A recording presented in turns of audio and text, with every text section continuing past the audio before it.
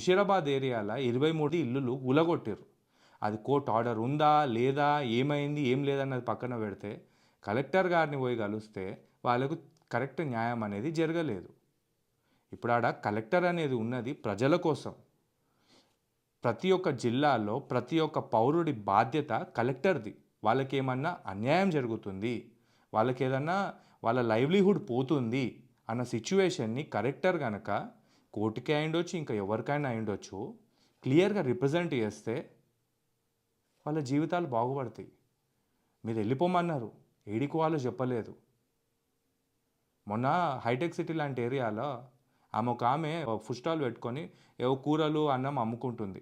ఆమెను 4 రోజులు న్యూసెన్స్ అవుతుందమ్మా, ఇక్కడికి తీసేసుకోండి అని చెప్పేసి అంటే లొల్లి లొల్లి చేసిర్రు. మరి 23 కుటుంబాల యొక్క జీవితాలు రోడ్డు పాలైనవి. దాని గురించి ఎందుకు మాట్లాడతలేం? ఎందుకంటే మనకు